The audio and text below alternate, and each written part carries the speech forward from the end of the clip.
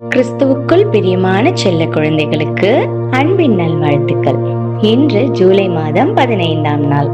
தேவன் உங்களோட பேசுறதுக்காக இன்னைக்கு ஒரு விசேஷமான பரலோக மன்னாவை கொடுத்திருக்காங்க.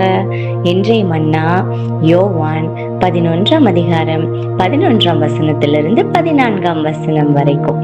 நம்முடைய சிநேகிதனாகிய லாசரு நித்திரை அடைந்திருக்கிறான், நான் அவனை எழுப்ப போகிறேன் என்றார்.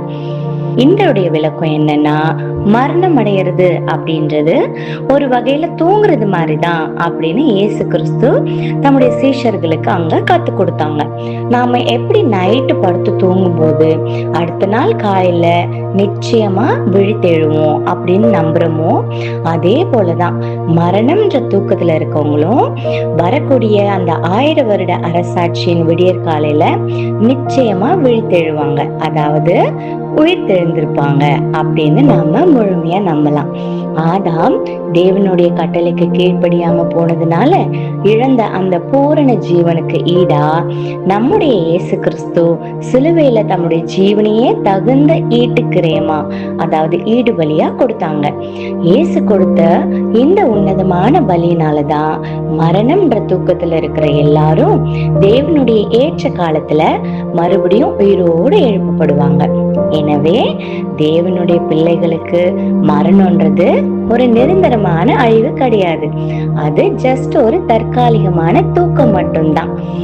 இந்த வசனம் நமக்கு தெளிவா இததான் நமக்கு கத்து கொடுக்குது.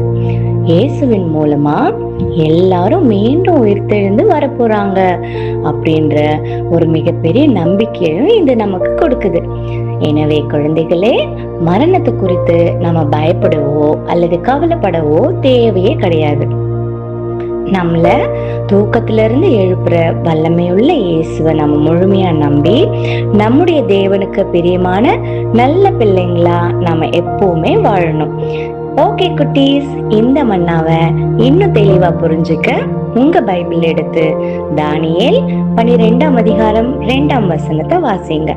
இன்னைக்கு மட்டும் இல்ல, என்னைக்குமே மரணத்தை குறித்து பயமோ கவலையோ இல்லாம தேவனையும் கர்த்தராகிய இயேசு கிறிஸ்துவையும் முழுமையா நம்பி தேவனுக்கு பிரியமான நல்ல பிள்ளைகளா வாழறது எப்படின்னு உங்க மனசுக்குள்ளேயே தியானம் பண்ணுங்க. ஓகே குட்டீஸ், இன்னைக்கு இந்த மன்னாவோட சந்தோஷமா இருங்க. இன்னைக்கு நைட் ஒரு சூப்பரான வேதாகம கதையோட நாம சந்திக்கலாம்.